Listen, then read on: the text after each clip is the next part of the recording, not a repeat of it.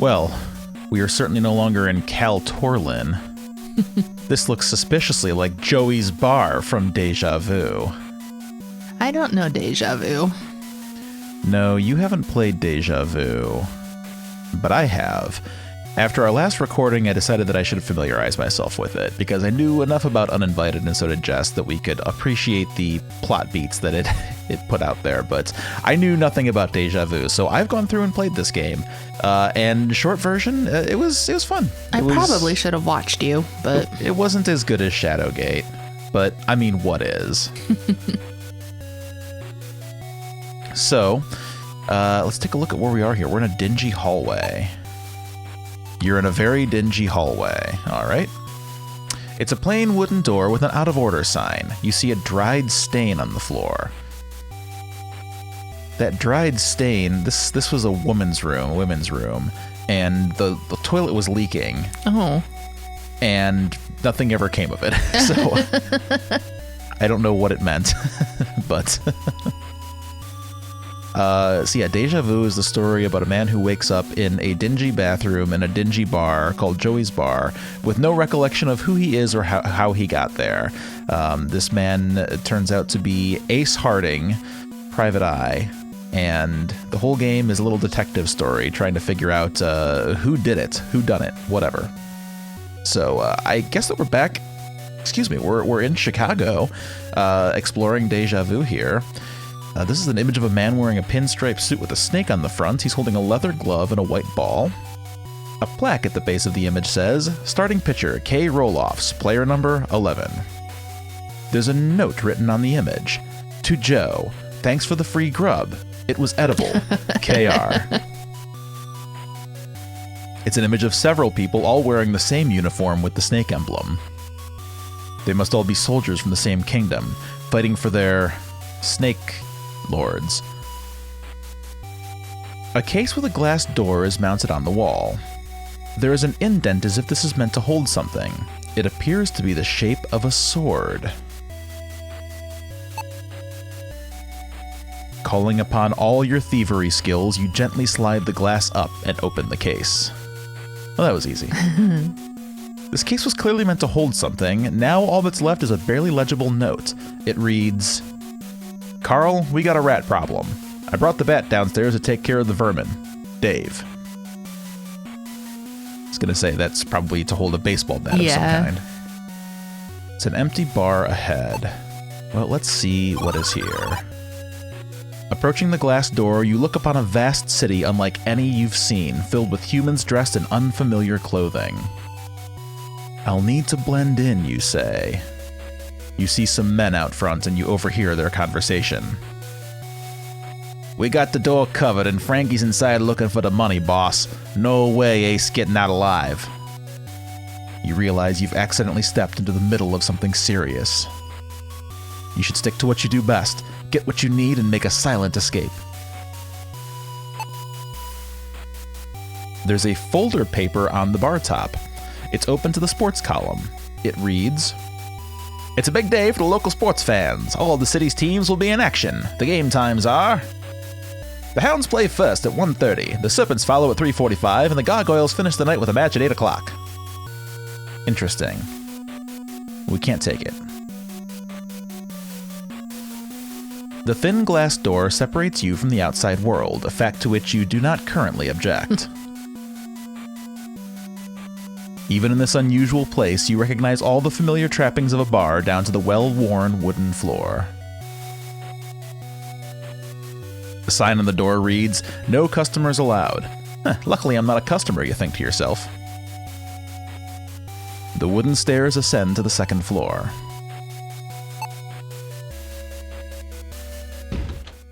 You open the door. The light rapidly fades as you descend the stairs. You can't see anything save a small chain hanging from the ceiling. You reach overhead and give the chain a gentle pull. It clicks and light fills the room, revealing a small cellar. A self-lighting miniature lantern. How convenient. I'll be sure to remember that when I return to the Fens, you think. So this is all directly... The last screen and this were directly out of Deja Vu. You look at the spigot and realize that one quick turn of the knob and you can partake in some delicious wine. Well, do it. It will not open. You turn the knob and prepare for a stream of wine to come pouring out. You are just about to bend down and drink from the tap when you notice that a steady flow of water comes streaming out. Watered down wine? What a shame. As the last of the water drips out, you notice that the picture has been conveniently cleaned. I didn't even know there was a picture. Yeah. It's an image of a man wearing an odd helmet with a stone monster painted on it.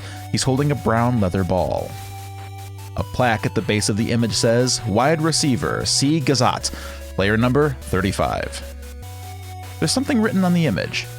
Joe, you gotta hire a painter and fix the place up. Gazat. Can't be taken. Can't be used. It can't be opened. Hit it. No. It's smarts. Nothing to do with this picture. Okay. Several dusty bottles fill the rack. Let's take some. You grab a bottle of alcohol for your journey. After all, you deserve a little something for your efforts. Unfortunately for you, that was a weight-bearing bottle. The rack collapses, crushing your body beneath it.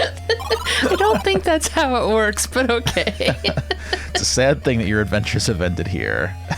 Oh, that's funny. This is not how the death screen looked in the NES game. In that game, it was just a pretty boring headstone. I like this one way more. Yeah. It feels very city. Yeah.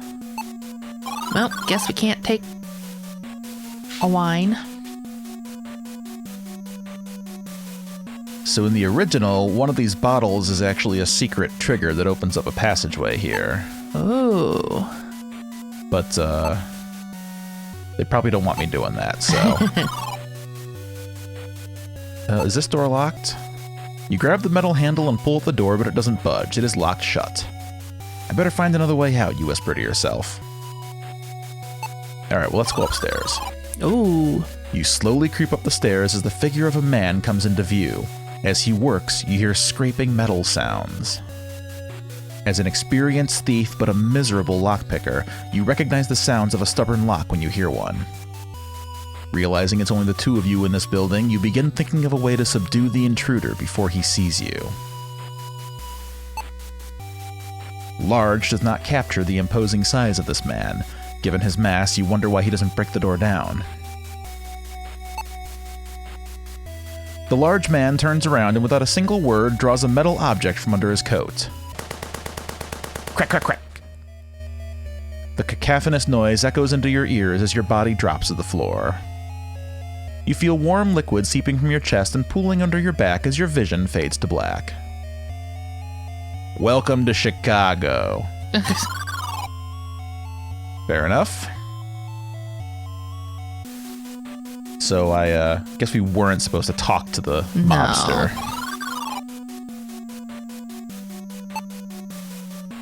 It's a photo of large padded gloves. You aren't quite sure what they're used for. You read the name on the faded poster. It says, Puff McMuffin. You see a spot on the wall that is less faded than the rest. Something must have hung here until recently. Can I take the nail? No. Can't take the picture. Can't take that. Okay, what do we have? We have a gold dagger. We have tempies. We have a crossbow. Let's try using the gold dagger. The large man turns around, shoots us dead. Okay.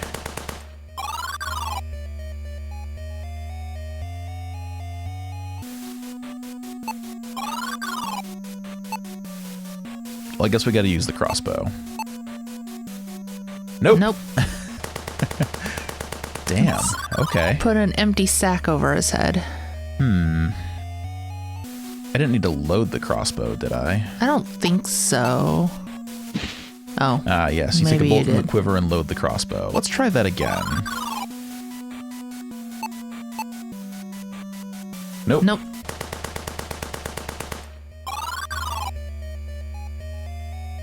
You'd think that a crossbow would be a great way to kill a guy from behind. Yeah.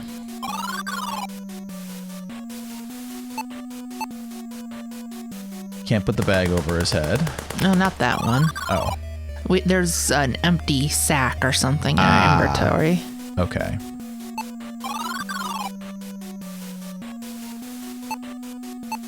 Empty sack. Nope. Okay. Heavy coat now. Say blend in. Look like a... It's Mountaineer's coat. You slip the coat on and begin start sweating immediately. Yeah. Yeah, okay.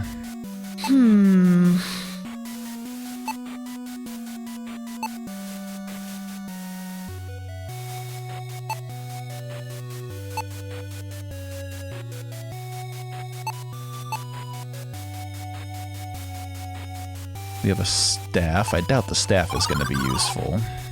Can I just hit him? Nope. Nope. What's the imp charm?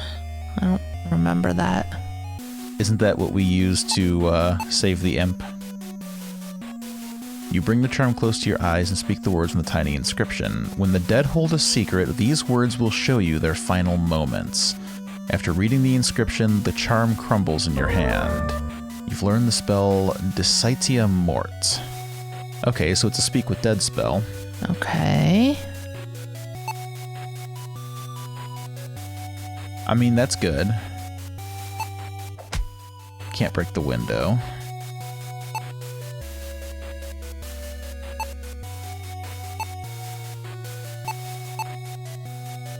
I guess you can try the pole. You haven't tried that one yet. Yeah, no dice.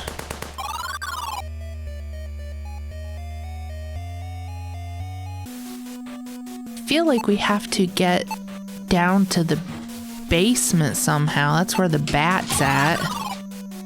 It's true. But I don't know how.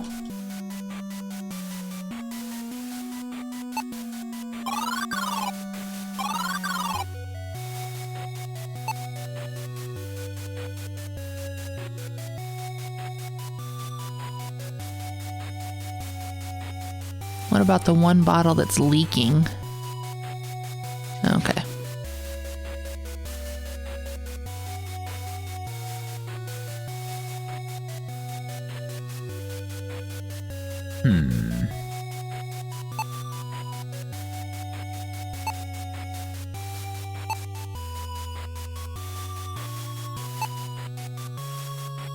You feel betrayed by the torrents of watered-down wine.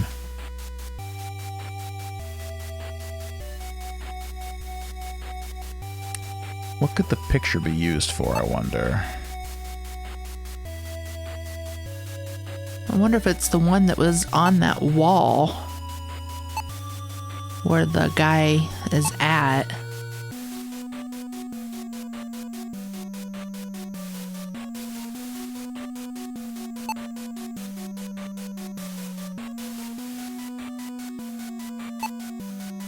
Oh, there's the bat. Oh, huh. I thought that was part of the shelf for some reason. Okay, well, it appears to be a slender club. It has decent heft and is quite solid. You are impressed with its quality. Okay, I think I know how to handle the mobster now. Yeah. You sneak behind the thief, raise the club over your shoulder, and prepare to swing. His gruff voice mumbles, "Got it," as the lock clicks open. Seizing the chance, you swing the club, striking him in the head. Pow. The goon stumbles slightly and collapses down the hall. Realizing you handled the goon and the lock simultaneously, you drop the club and smile at a job well done. Cool. The hard work done, the door opens easily. So this is the secretary's office. It looks like your basic everyday kind of desk. It's covered in various knickknacks. It's a faded light brown coat. This is what the people of this world wear. It might be useful to help you blend in. You take the faded coat. Maybe it'll help to look the part, you think. No, can't look in the pocket. Yeah, I was gonna say. You look at the light brown coat and think it may be a good match for your outfit, so let's use it on myself. You slide your arms into the coat sleeves and realize you're swimming in fabric. This simply won't do, you mumble. A loud sigh sounds in your ear as the wisp speaks curtly. I don't have all day. Fine, I'll help you out. The faded coat glows blue and shrinks around your body, creating a snug-fitting garment. Wow, you say. What else can you do? The wisp replies, many things, just not for you, it says with an obnoxious smile. It's an image of a man wearing strange armor with a large dog painted on his chest. He's carrying a tall, curved stick. A plaque at the base of the image says, Team Captain, D. Marsh, player number 55. There's a signature written on the image. To my favorite joint in town, Jim's Tavern, Marsh. What sport was that? Hockey. Oh, okay. I wonder if there's got to be something important here on these, because we had to clean the one. I wonder if... So we have player number 55, we have other player numbers, and I know there's a wall safe in here. I wonder if there's a safe combination on those. But maybe I'm moving too quickly here. It's a board with several sheets of blank paper. This may be good for navigating this crazy place, you think. You grab the sheets of paper. Can't open the desk, that's bullshit. You can open the desk. It's a small brown box with a button on it. A thin metal wire runs from the top of the box to the door. Curious. This door is firmly locked. Strangely, there's no keyhole to be found. You push the button with your thumb and it gives in. You hear a lock release across the room. You can see much from your you can't see much from your vantage. The clouds in the sky look bleak and uninviting. So is Joey Siegel gonna be in here dead at his desk? With great self-satisfaction, you open the door. No, he hasn't been killed yet. The first thing you notice in this office is the stale air permeating the room. Something about it puts you on edge. The desk looks newer than the chair, and the carpet underneath it is covered in faded stains.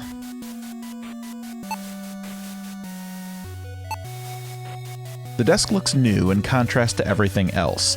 You wonder what happened to the old one. Regardless, it's unremarkable. The framed poster is hanging askew on the wall. The fact that it's not level is bothersome to you. Unable to tolerate the unlevel poster any longer, you pull it from the wall, revealing a hidden safe. It's a wall-mounted safe. You have to get a closer look if you want to get inside. Oh, I have to move to it, maybe? Oh no, this is for the window. You faintly see a platform outside of this window through the slats of wood. A pull string above catches your eye. You pull the string next to the window and the shade quickly rises. Convenient, you say, with some surprise.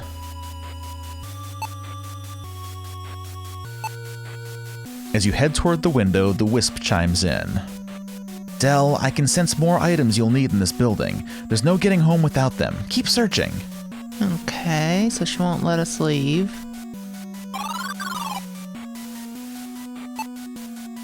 So 6 numbers, and we found 3 pictures, so... The door to the safe is solid steel. There's no getting in without unlocking it.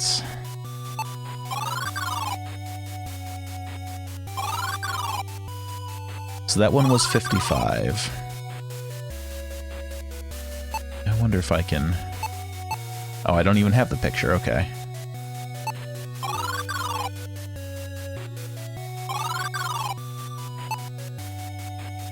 This one is 11.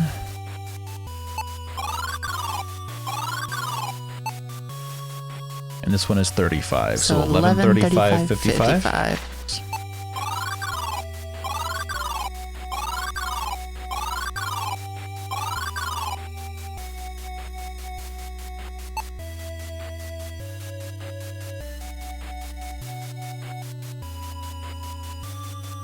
You grasp the handle and attempt to pull the safe open, but it doesn't budge.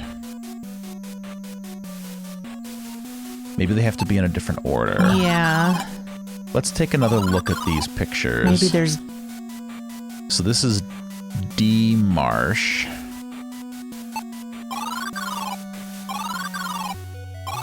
So D is 55. This is C, he's 35. But that, Oops.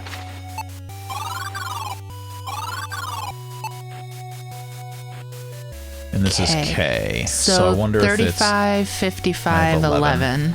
Yeah. Let's try that.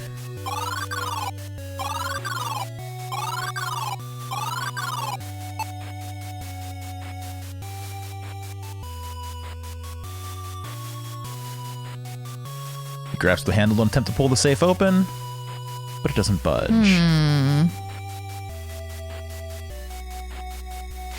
keep pressing that. I mean to hit move. Well, we can try going by last name. I should have just written this down. So Marsh can you is 55. use your notepad on it? That's a good idea. No. Okay. Several sheets of bound paper and a conveniently attached unfamiliar writing implement.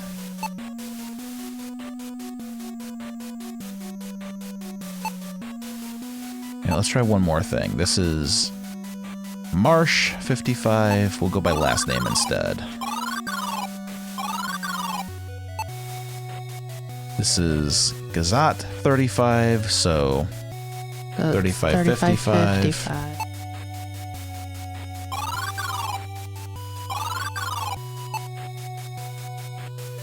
This is roll-offs. That's the same thing that we had before.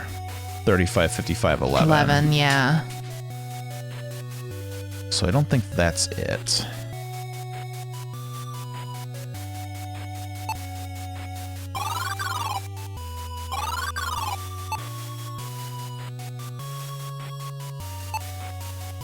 Didn't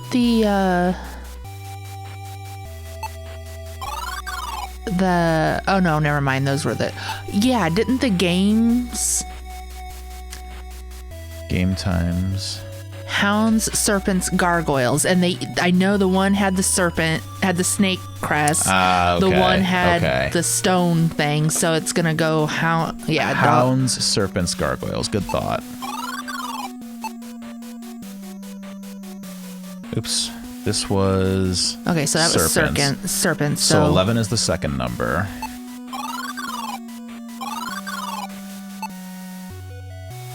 Gargoyle is third. 35. So 55, 11, 35. Yeah.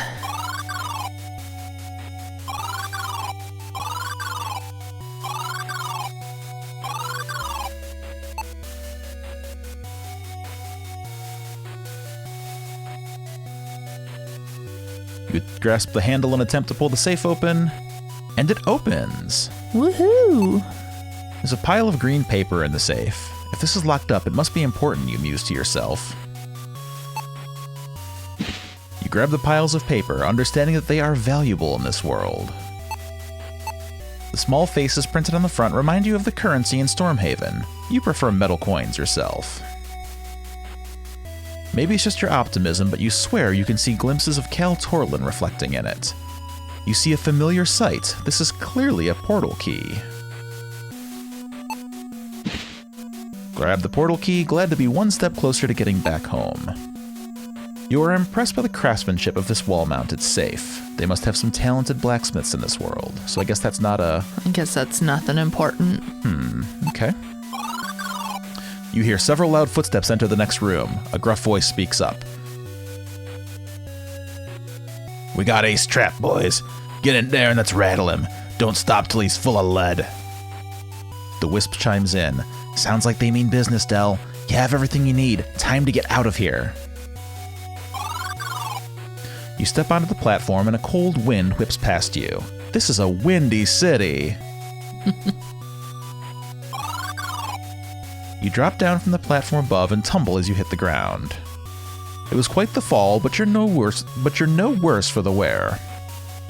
You've escaped from those goons, but now you've got a whole city ahead of you. You have no idea how you'll get back to Cal Torlin.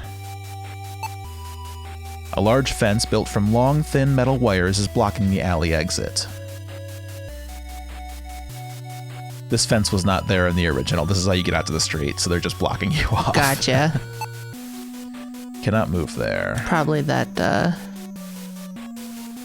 See, See the steel walkway high above your head. The ladder is far too high to reach. No going back now. So yeah, we've got to go to the sewers. You reach down, grab the edge of the cover, and slide it off the hole. It's much lighter than a dungeon cell grate. Then what's behind us? That's just down to the sewer. Oh, okay.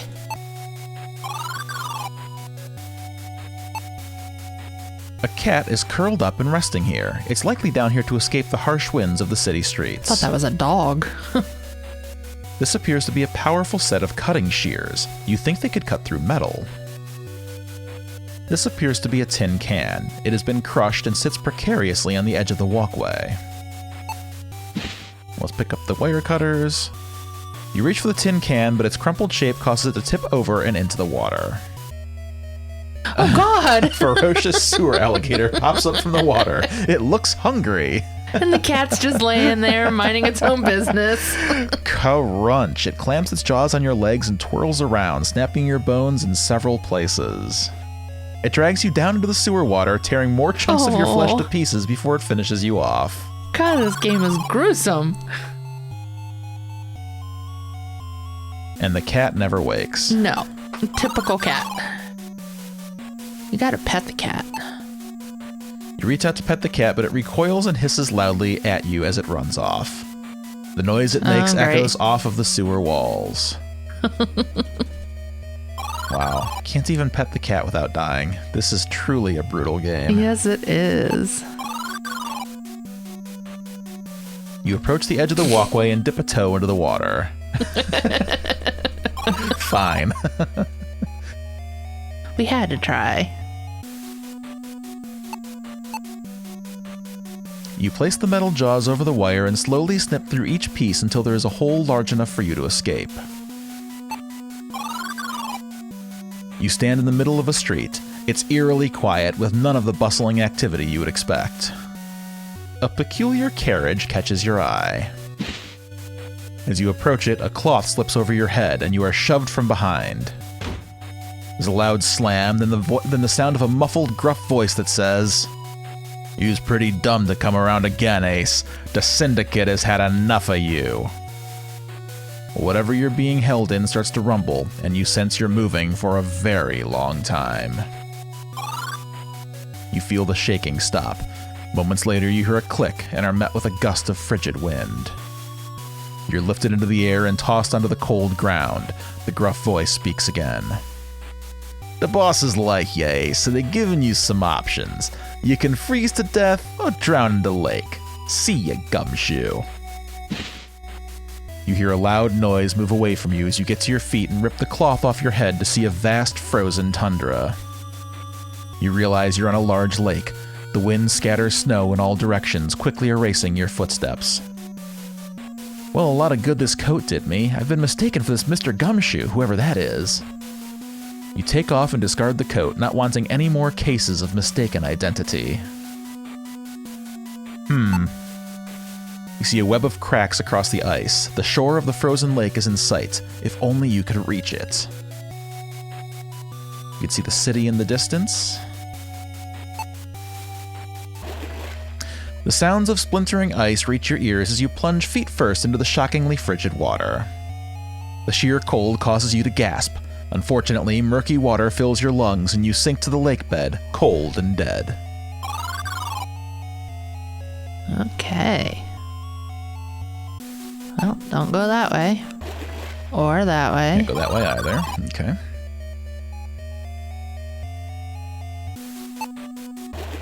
Okay. Something tells me we can't go any way here. Oh, we can go that way.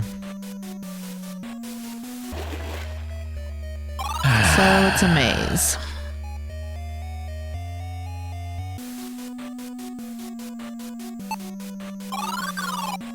Oh, I bet you go up. I bet we have to follow whichever way the open. Because if you look, when we restart with this one, the open is to the left. I see, okay.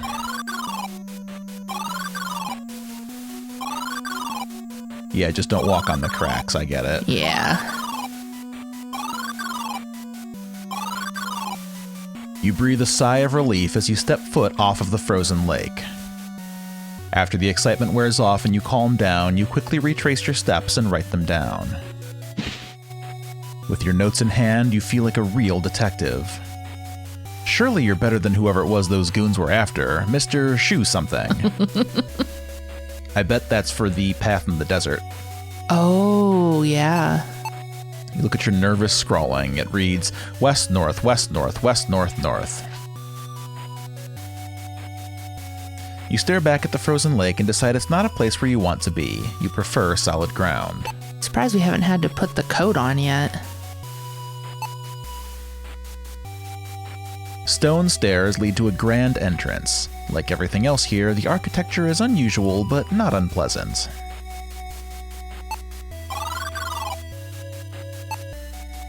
You see the ragged face of a stranger. He's wearing a familiar coat and there are bruises across his knuckles. You say hello. The man responds, "Hey kid, you look lost and confused. Happened to me once. Name's Ace Harding. What's yours?" So this must be after. This is before. Oh, okay. He hasn't been captured yet, apparently. Oh, yeah, that's true.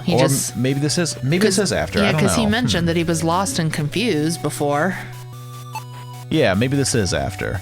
You see the ragged face of Ace Harding. He seems like a decent guy, but you get the feeling that trouble finds him attractive. Yeah, this must be after. I don't know. Well, we're in a museum now. There's a thin slot in this box. Maybe it has something to do with the strip of paper sticking out of the top.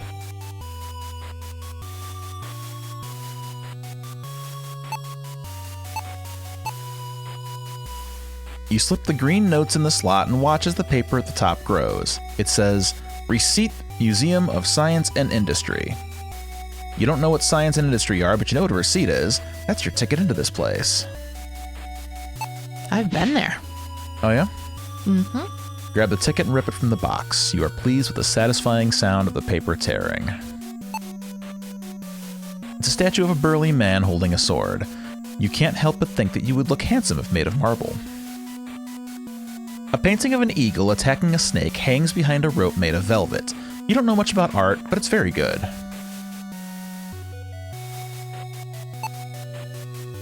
A man in uniform stops you. He says, "Got a ticket, fella?" "Why, yes, I do." You hand the man the ticket. He takes it and moves aside without a word. Okay. Luck smiles on you once more as you see a familiar-looking structure in the center of a large room. The wisp chimes in. "This portal's drawing power from this place, but it has no destination. Let's use the key and get home." Okay, you place the key into the slot. A portal forms and you can see a glimpse of home. The simple plaque reads, "Only a few of these ancient objects are known to exist. Their purpose and composition are a mystery." Well, let's go.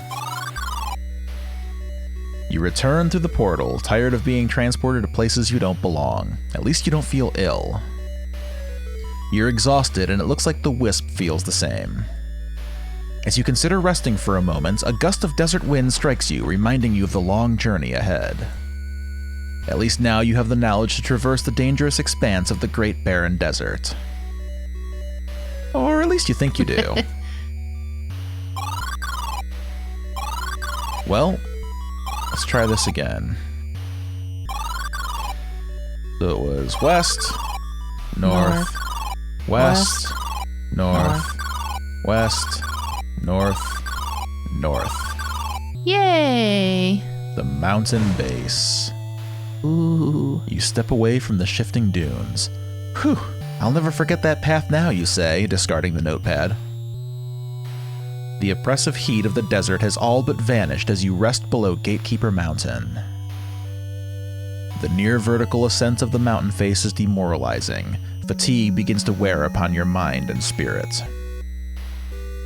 This is foolish. I'm walking to my death. I've barely survived so far. I can't defeat that lizard monster, you say aloud. The wisp replies, "But you have survived, Del. You have the breath to complain. Perhaps you have the will to persist." There's no one to take your place. Should you fail, the king, your friends, your family, all of them will perish, or worse. You consider the wisp's words. I hate this, and I hate you, but I understand. Fine, let's move, you respond curtly. Wow. Well, that's going into my daily vocabulary. I hate this, and I hate you, but I understand. We all have sacrifices we must make, Del, the wisp responds. You notice its voice has grown weaker, but you say nothing. We're going to save our game. The path up Gatekeeper Mountain reaches uncomfortably high into the sky. Mountain Trail. The doors at the back of the cart are unlocked. Say, where are we right now? Chapter 8. The base of the mountain has a path leading toward the summit. It is very steep, surely a warning to all travelers. You grasp the handles and swing the carriage doors open. As you step back, you almost lose your footing on the edge of the path. You look down the steep rock face. That's quite the drop. This carriage is literally sitting at the edge of disaster.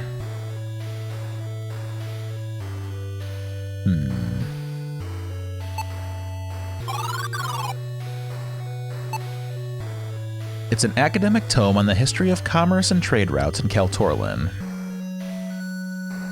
After crossing the desert, you hope to find a bounty of food and water, but all you see is a mountain climbing harness.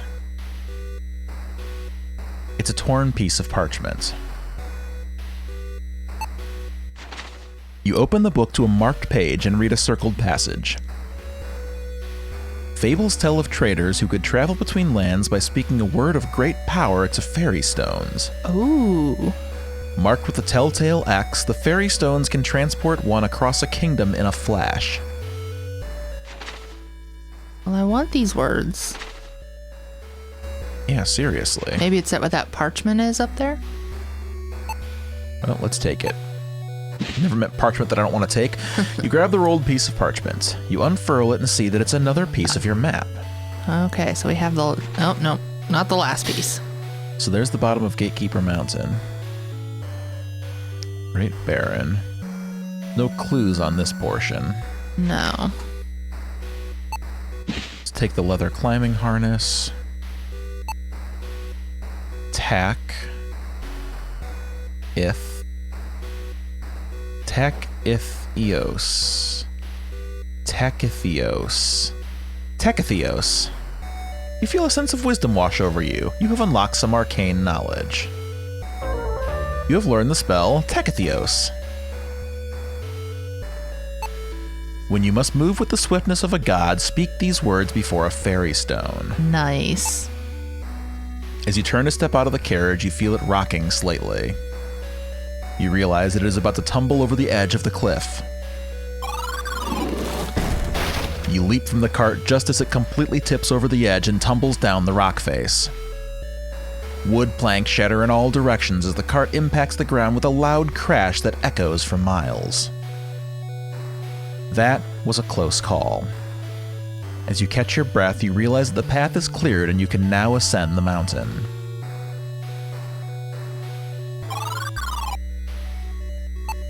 But I want to use Tackithios. Blue light emanates from the fairy stone. The light surrounds you and it feels as if you are taking flight. Oh, nice. Okay, so this is how I can fast travel across the world. Interesting. Well, I don't want to go backward. Your vision returns as you feel yourself land gently on the ground. What a trip.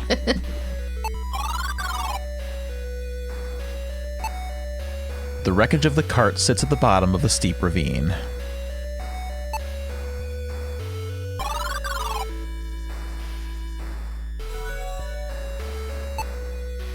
Torn banners flap wildly in the wind. The colors indicate a group of Gwynenthel troops passed through here. Cannot be taken. The steps carved into the rock do little to ease the effort needed to ascend the mountain. Oh, jeez. Cold winds blow across this lonely divide. I'm sure we're going to need our coat here, but I kind of want to leave it off and see what happens when we freeze. A decrepit tent. The mountain contour made this plateau a natural spot to erect a shelter from the elements. You can see something in the shadow of the tent. You can't quite make it out from where you are standing, though. You approach the tent looking to collect more valuables. That is, until you see something begin to move. A decomposed body lurches forth from the tent, wearing the armor of a Gwynenthel soldier. It stands silently before you. Good thing we have a spell to speak to the dead. Your eyes momentarily lose their focus and your senses reel. You slam the pickaxe into the ice, anchoring it. With a pull, you finally lift yourself over the mountain ledge. Unfortunately, you stumble upon a winged beast. It releases a hideous roar that paralyzes you with fear. The echo of the roar causes your heart to pound in your chest as your body goes limp from fright. You can't move. It roars again. Your heart leaps to your throat as the sound plays ceaselessly in your mind until you lose consciousness. Shaking your head, you ponder whether that zombie still fears that sound. Ooh. Do we have anything that makes sound? Think so. Despite your diminutive stature, you raise your arms high and wide into the air and growl as fiercely as you can. Your ruse works. The zombie drops the pickaxe and shambles away, tumbling down the side of the mountain. Oh my god, that poor zombie. You truly have a flair for the theatrical. Gosh. You take the pickaxe, certain it will help you on your adventure. Okay, well, that's cool. You know, I can't help but wonder... that spell that we just used. No, I want to look at it. Move with the swiftness. When the dead hold a secret, these words will show you their final moments. I'm curious if... this skeleton... Oh. Your eyes momentarily lose their focus and your senses reel. You trudge forward with your head down as the relentless desert wind sends sand tearing across your face. You've wandered aimlessly for days. Thirsty and exhausted, you decide to sit for a while. You realize the sun is setting. A portal to far-off lands, you whisper, clutching the handwheel. Was not worth my life, you say with your final breath.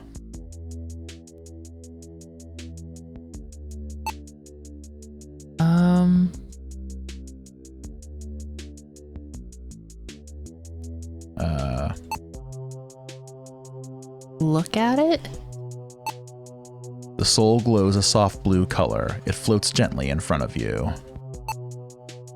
You receive no reply.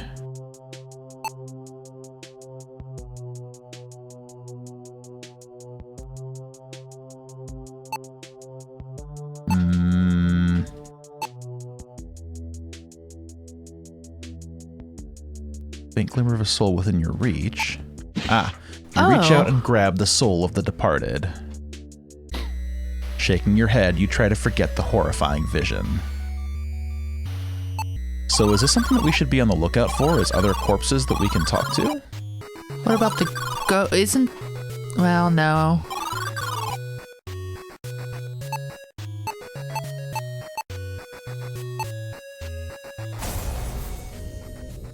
Was there a body? There's that body that was in the oh, I don't know if we can get in there. The imp. There was that body in that coffin, or that we had to put back into the ground. That was the imp's body, I think. Maybe. I don't know if... Well, let's see.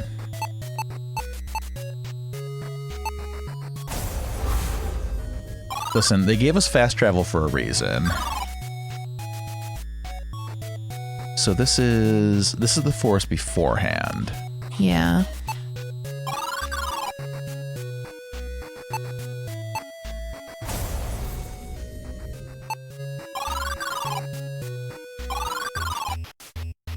think there was anything. Well, there were the bodies of the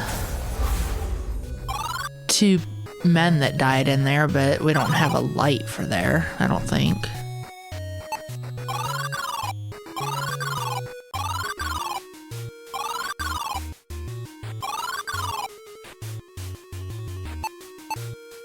No, it's not what I wanted. Stop. Use this one.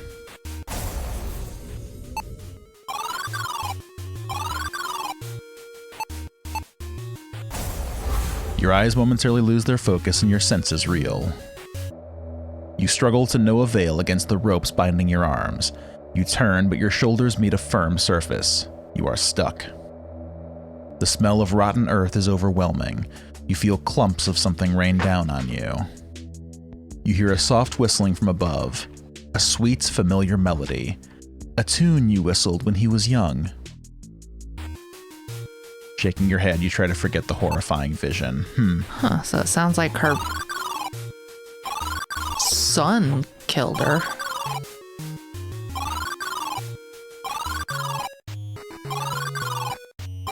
That's grim. Yeah. You say there were bodies in the mines? There were, but I don't think we have a light. Because remember, there was the one guard sent us in to find the guys that were working there. But I don't think we have a light anymore. Yeah, you're right.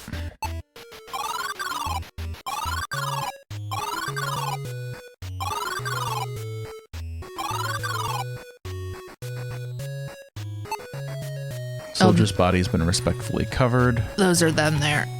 Guard captain has collapsed. The wounds covering his still body are identical to those on the 2 guards. His signaculum reads, Fellow in Montview. That's right, we did deal with this. The cold night seeps into your bones and your legs tremble with exhaustion. A lump grows in your throat as you wrap their sheets. We're home, boys. I got 'em for you. Got 'em all. Your legs fail you and you fall to the dirt. Your breath becomes ragged. Be good, lads, and tell your mom I'll see her. You shut your eyes against the stars. A noble soul. Shaking your head, you try to forget the saddening vision. You could not stop a tear from escaping your eye. I feel like this is some side thing that we could have easily missed. Either that or it's something that we're going to have to come back for later. Your arm and leg burn with pain as warm blood drips down your limbs. You see a soldier swing his sword wildly in the dark. Ah! Run, damn it! It's dire wolves! Get up the rope! I'll be right there! Go, Benevin! I'm coming! You turn to run, but a massive weight lands on your back and knocks you to the ground. You feel teeth puncturing your neck. A brave soul. You reach out and grasp the soul of the departed. Shaking your head, you try to forget the horrifying vision. Let's do one more. The pain from the bite in your thigh is the only thing keeping you awake as you prop yourself against the cool rock. Maravin! You shout, but don't hear a reply. You call once more into the mouth of the cave and hear only your echoes. You try to stand but fall back on the rock. Blood flows rapidly from your wound as a wave of exhaustion overtakes you. A valiant soul. You reach out and grasp the soul of the departed. Okay. I don't remember any other bodies, I don't think.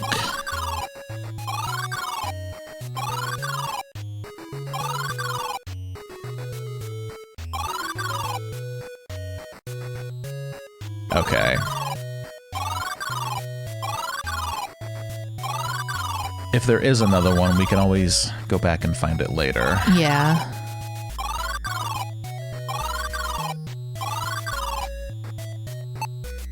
Regardless, we have a bunch of souls. Those are always useful. Yep.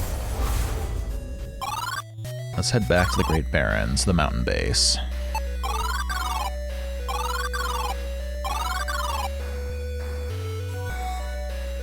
Okay.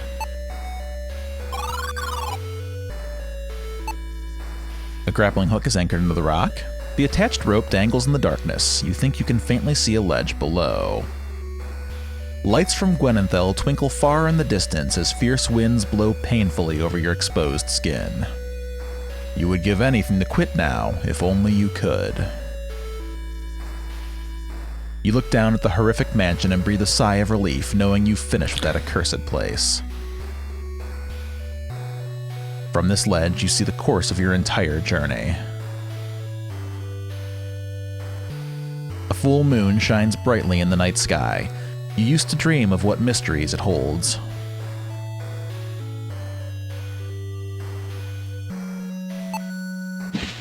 You carefully reach down and grasp the grappling hook. With a few strong tugs, you pull it from the rock. As you step back from the edge, cracks form in the rock and a large portion falls away. I bet I would have died there. That's what I'm betting too. Huh.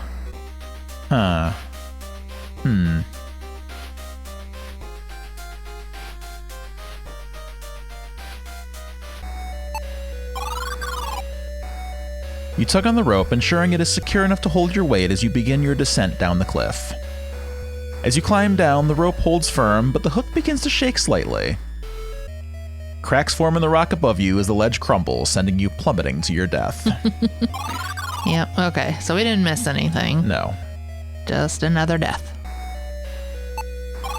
So doesn't... Oh yeah, that's right, you can take it. So we have 2 now, right?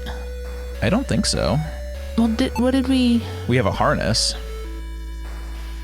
Oh. We have the harness, which we probably need with the grappling hook. Yeah, okay. To climb a mountain, yeah. which is probably up here. A wall of ice. It appears that a few places in the ice wall have been chipped away. They look like holds that could be used for climbing. A rickety ladder rests against the ice wall. The sheer cold of the mountain has ravaged the wood. We gotta climb, right? Of course. You begin climbing the ladder. The first few rungs are holding firm, but as you climb, you hear loud creaks. Suddenly, the frozen wood gives and the ladder collapses into frozen splinters. You had actually gotten near the top, which means you fall a long way. Your leg's broken, you look up to see pieces of the ladder fall toward you. Frozen wood shards stab into your body while your blood freezes as it pools around you. Damn, you couldn't just say we broke our neck or something? Well, let's use the harness. Maybe you have to use it with the grappling hook. No. Maybe you have to use the grappling hook. You grasp at the holds in the wall. They are safe, but they don't reach all the way up. Maybe you have to use the hook with the harness. No. Oh, we also have the pickaxe. Oh, yeah. There we go. You swing the pickaxe as hard as you can at the ice wall. With a few well-placed strikes, you make a divot slightly higher on the wall that should act as a grip.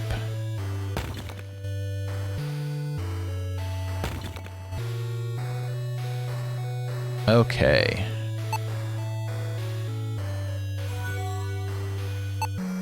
After rubbing your hands together, you grip the frigid ice wall and begin to climb. Before long, you reach the top of the ice wall. As you climb up to this plateau, you notice the temperature has dropped significantly. The lightest breeze sends a chill up your spine. Okay. If only we had a coat. The path continues around the bend, beyond the very narrow ledge. A rope has been mounted to the cliff face and leads around the ridge. Lucky for you, there are those who have conquered this mountain trail and left behind their tools. You fall off the side mountain and your scream echoes off the sheer rock face. Just as you think you'll fall forever, your momentum is immediately halted by an impact with the ground so hard your body is obliterated by the force. Damn. Wow.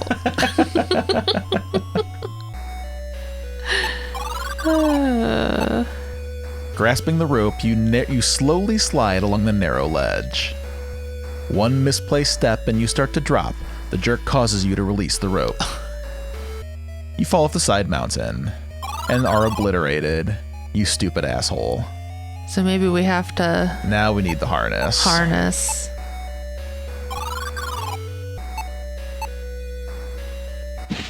You attach the harness to the lead rope. It is firmly attached but can freely travel along the rope. You slip on the harness and feel secure as you begin to cross.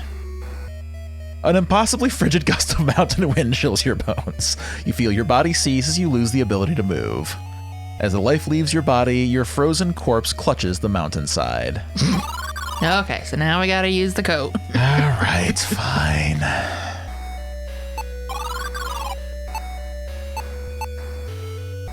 Okay, it's freezing. Time to put this on, you say as you slip on the heavy coat. You feel slightly warmer, hardly comfortable, but at least you won't freeze to death. Alright, now we slowly cross the narrow ledge. Your foot slips and you begin to fall. However, the harness tightens and catches you. After regaining your footing, you continue along the path. After an excruciatingly long time, you round the corner and reach the other side. You inch your way around the edge of the precipice, unhooking the harness and glad to be on safe ground. Until you notice movement in the corner of your eye. A winged beast clambers over the edge of the cliff. It stares fiercely at you with razor-sharp claws ready to strike. This must be the monster that frightened the dead man. You attempt to reason with the beast, kindly requesting it grant you safe passage. It roars loudly and grumbles. Orb. Must protect. Orb.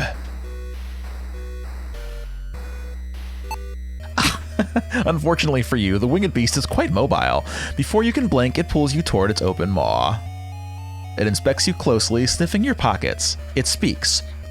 Orb. Where is Orb? Impatience gets the best of the creature. It uses its claws to tear you to shreds, deciding to have you for dinner. Well, we have a pearl. We do have a pearl. Oh, I have to use the rope. Fine. Tell me it didn't work. All right. What about this pearl? You toss the pearl toward the monster and it deftly snatches it from the air. It growls with satisfaction. Orb! Having received what it wanted, it takes off down the mountain. Your path is clear, but you still need a way across the gap. Okay, so now would be the... You see an icy plateau ahead. whatever that thing was called. You tiptoe up to the edge of the chasm. Whew, you whistle. That's a drop. You slowly step toward the cliff to take in the view, despite your attempt to be careful. A sharp gust of wind nudges you. You topple headfirst over the edge, screaming all the way down until your head collides with the jagged rocks below.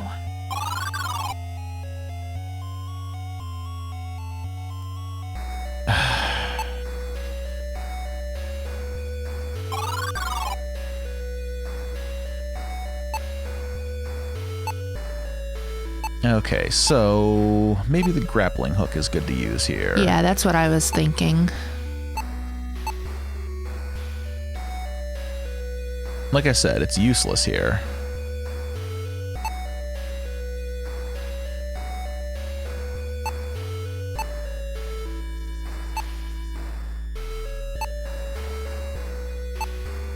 Let's see, this is dispelling an enchantment, this was overgrown weeds, this was a frozen stone without a path in sight, a single word summons a bridge of light. Oh, that sounds... You speak the magic word, Polychromus. Beams of color spring from the cold rock, swirling across the expanse until a brilliant rainbow forms. Touching the rainbow with the tip of your boot, you feel it's as firm as the stone. Resting on a crude nest is a creature you recognize from Gwenenthal Castle. You gape in astonishment at the coincidence. Well, I'll be the son of an elf, you say with a smile. You wonder if you have any more sugary treats. We do. You believe this is the same dragon from Gwenenthel Castle. Then again, every purple dragon looks alike to you. 'Tis a chasm crossed by a bridge made from a rainbow.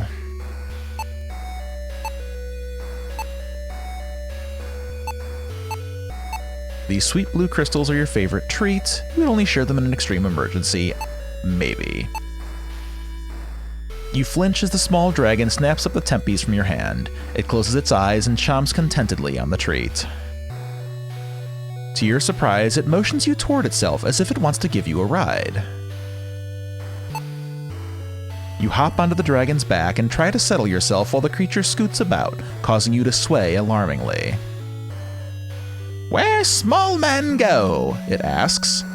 You gently nudge it toward the east. Bunching its muscles, it leaps right from the rock face.